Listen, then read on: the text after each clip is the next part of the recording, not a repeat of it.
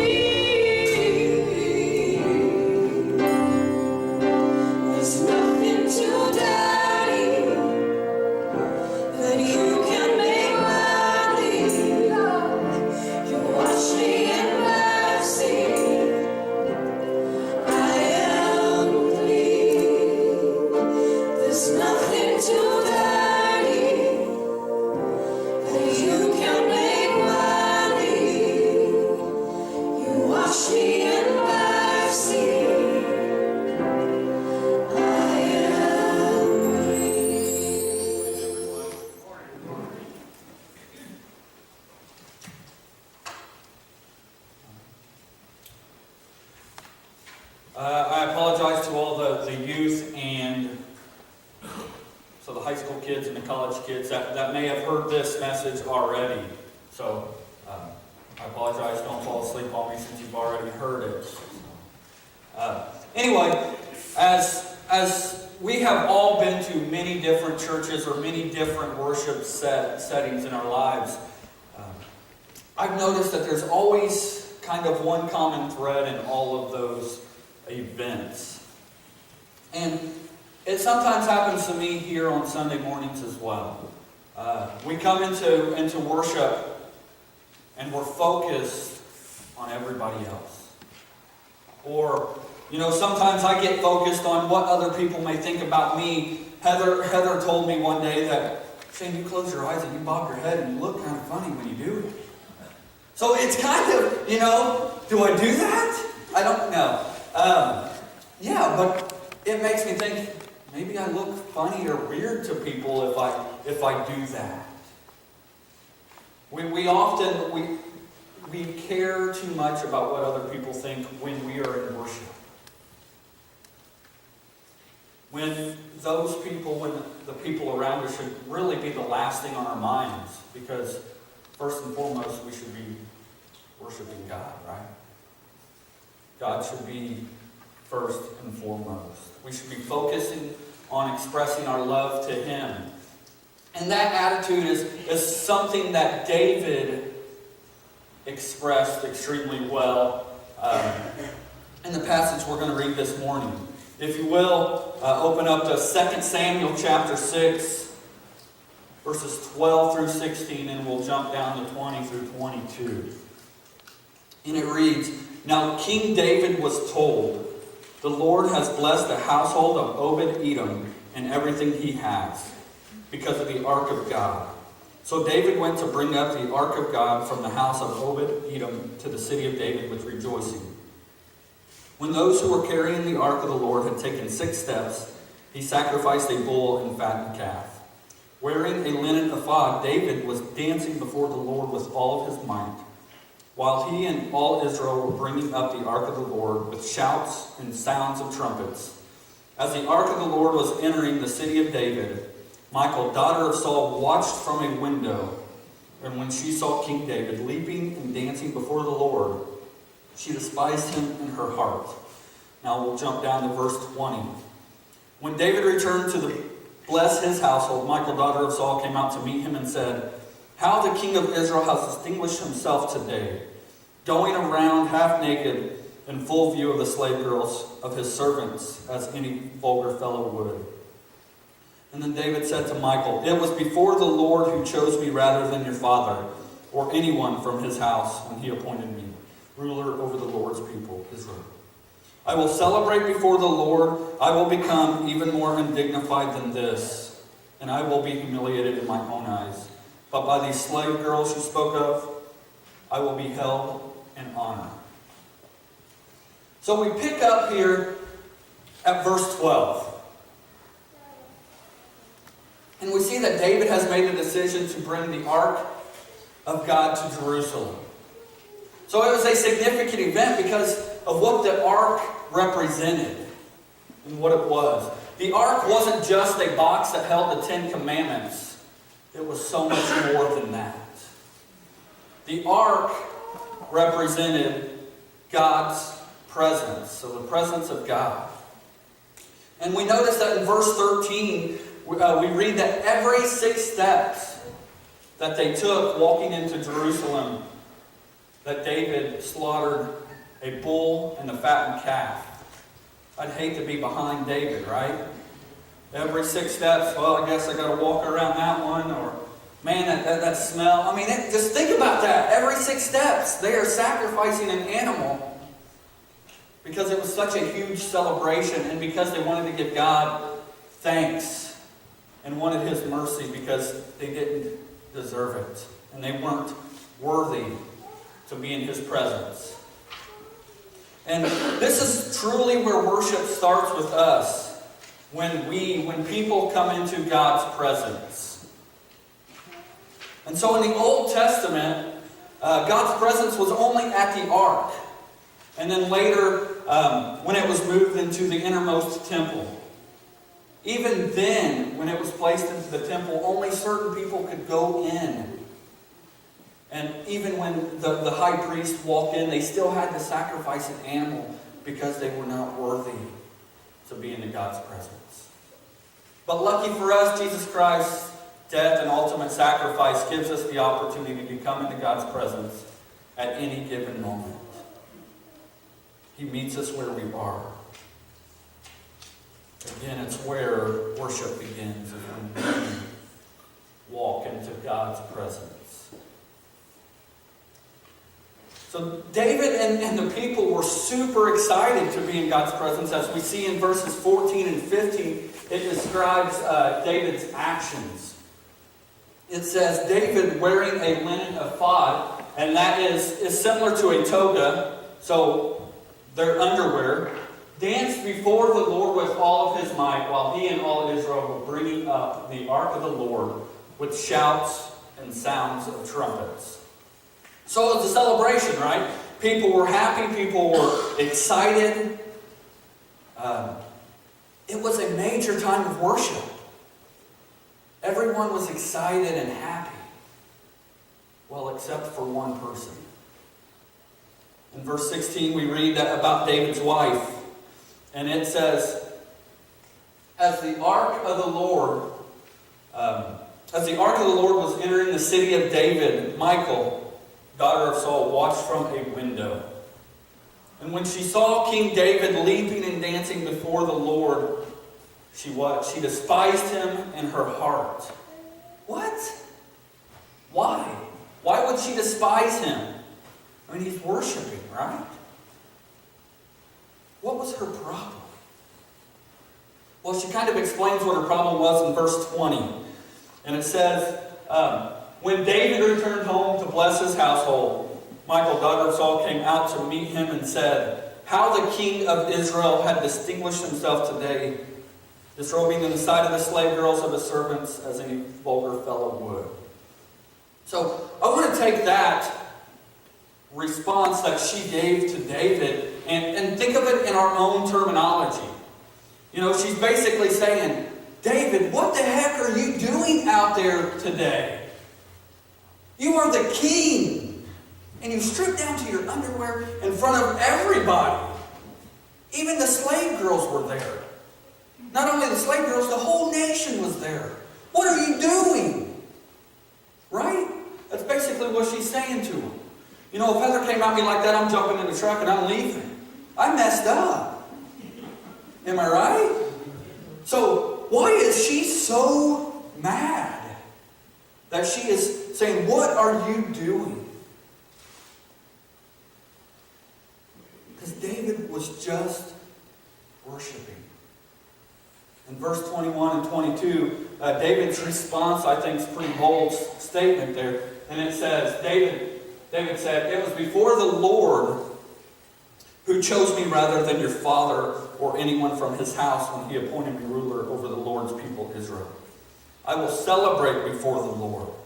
I will become even more undignified than this, and I will be humiliated in my own eyes. But by these slave girls you spoke of, I will be held in honor.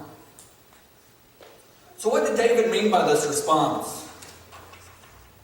I think we get two important lessons from his response to his wife. The first response, I think, is pretty simple. He's saying, I don't care what other people think. And honey, to be honest, I don't care what you think. Pretty bold. I was dancing and celebrating in front of God and God alone. He says, I will become even more humble. I will make a bigger fool of myself because I will lower myself to God. You see, David says he will become even more undignified than this.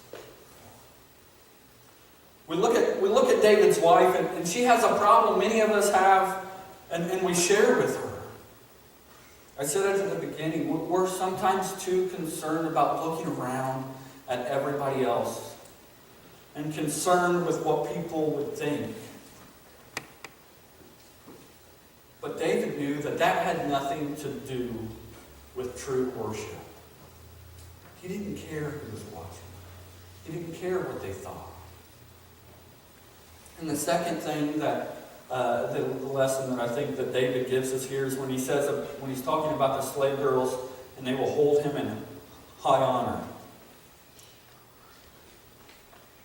What he's saying here is that through his act of worship and his love for God, and that they are seeing him perform these celebrations just to worship God, that they may desire that same relationship with God. So, if he is dancing and praising God, people may be like, wow, I want that. I want that. The important thing is that we have to learn how to worship God fully and be humble and undignified in our worship. You don't need to worry about what other people think or what other people are doing. And sometimes we like to joke around and goof off and make people laugh. But in all honesty, that does nothing but distract us. Right? It takes focus away from what's important. Real heartfelt worship is what will make a lasting impression on someone else's heart. So I said it, worship begins when we make a decision to come into God's presence. It's time where we seek God and we try to spend our time with Him, whether that be in songs of prayer that we sing,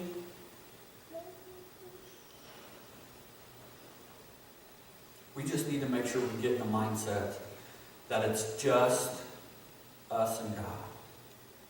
It's just us and God. It doesn't matter who's watching us. It doesn't matter what they are doing. We need to worship God freely and be undignified.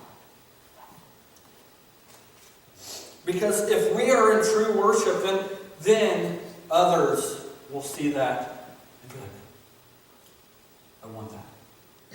I truly want that relationship. So there's a story about a man who was asked to fill the pulpit at a church, and he came in and he brought his 8-year-old son along with him. And they're walking into the church, and then there's a table in the back of the foyer, and it said alms on it. And alms are donations to the poor, whether that be food or monetary value. The minister walked in with his son and took out his wallet, put a $20 bill into the alms box. And they walked into the sanctuary, and he got up and did his sermon. And at the end of the sermon, everybody said, "Thank you so much. Your sermon was wonderful. Hope you have a great week." And him and his son start to walk out the door. But then the chairman of the budget committee came up to him and said, "Hey, come here. I want to talk to you for a little bit. First, I want to thank you for the wonderful job you did this morning, but also I want to let you know that we typically give the money that's in the alms box to our visiting minister." And so he opens up the alms box and he grabs out a lone $20 bill and hands it to him. And then on the way home, the little boy looked at his dad and said, "Dad, if we would have put more into that box, we would have gotten more out of it." And what I'm trying to say is that what we put into worship is what we're going to get out of it. See, the more we put into it, the more we're going to get out of it.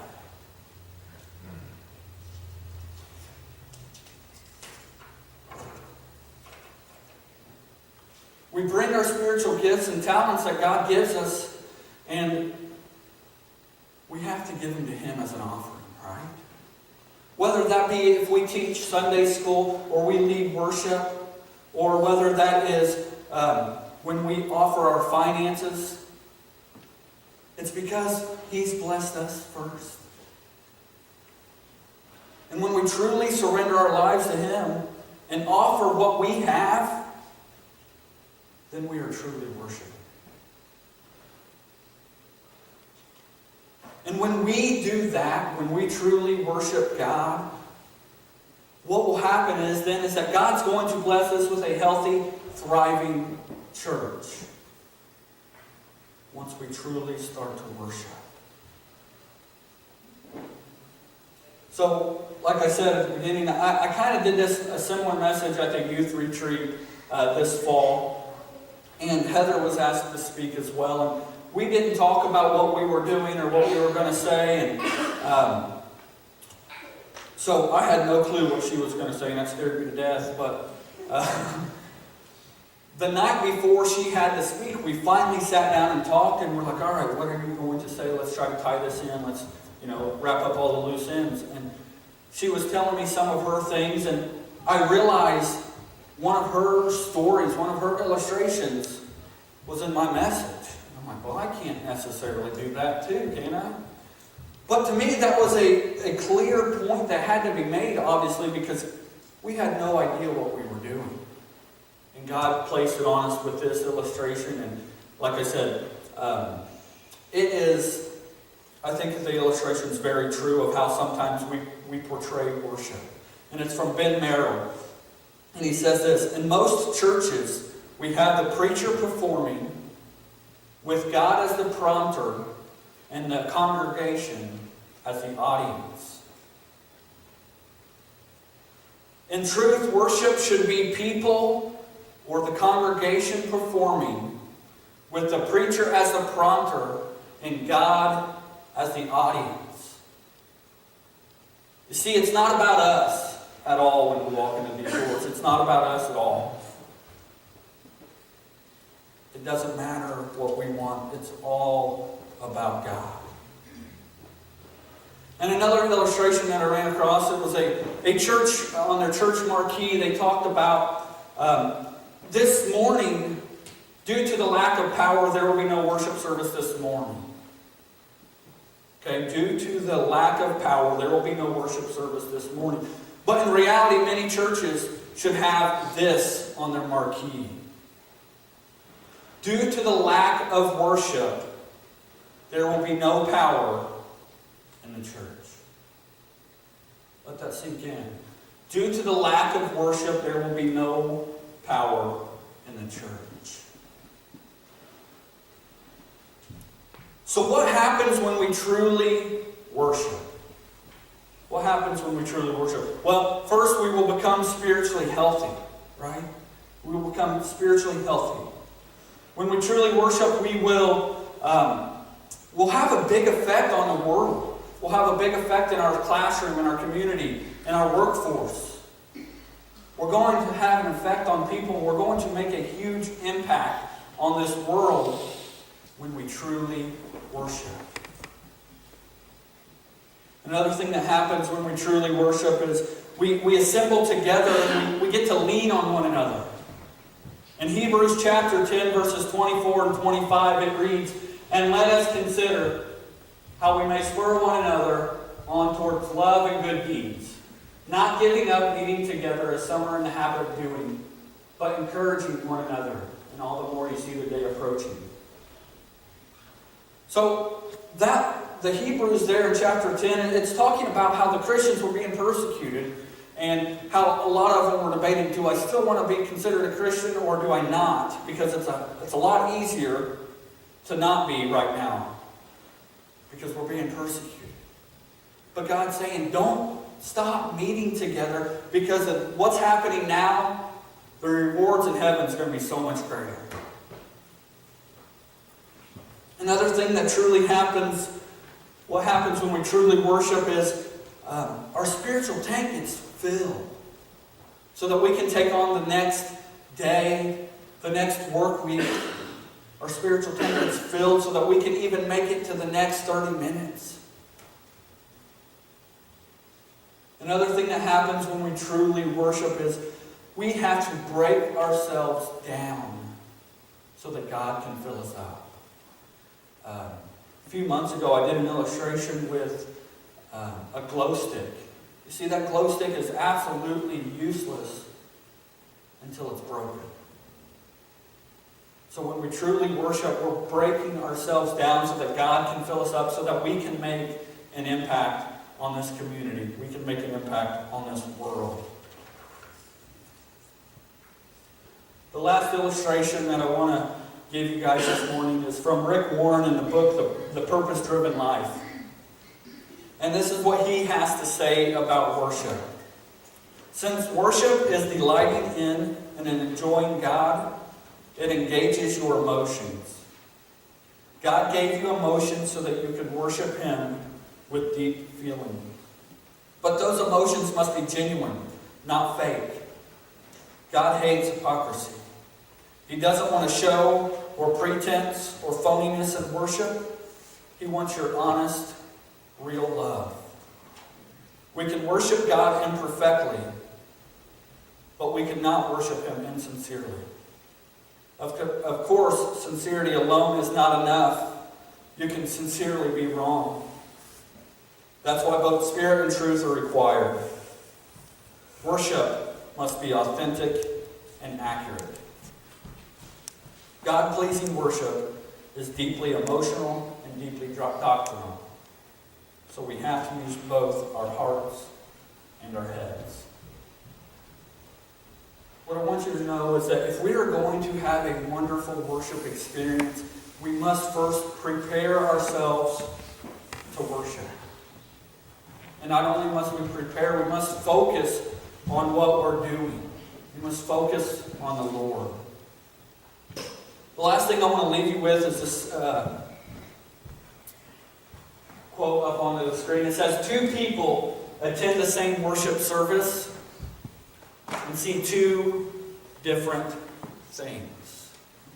So who are you this morning? Are you the person who wants it to be about them? Are you the person that, what's everybody looking at me for? Are you here this morning to truly worship? So during this time of invitation, I ask that if you have that decision that you want to truly worship and you want Jesus Christ as your personal Lord and Savior, make that decision today. Don't be ashamed. David wasn't. Or if you just need prayer this morning, that whether you're going through a hard time in your life, I'd love to pray with you. Or if you just want to pray that, I want to worship God truly, and I don't necessarily want to look around at everybody else, we can pray for that as well.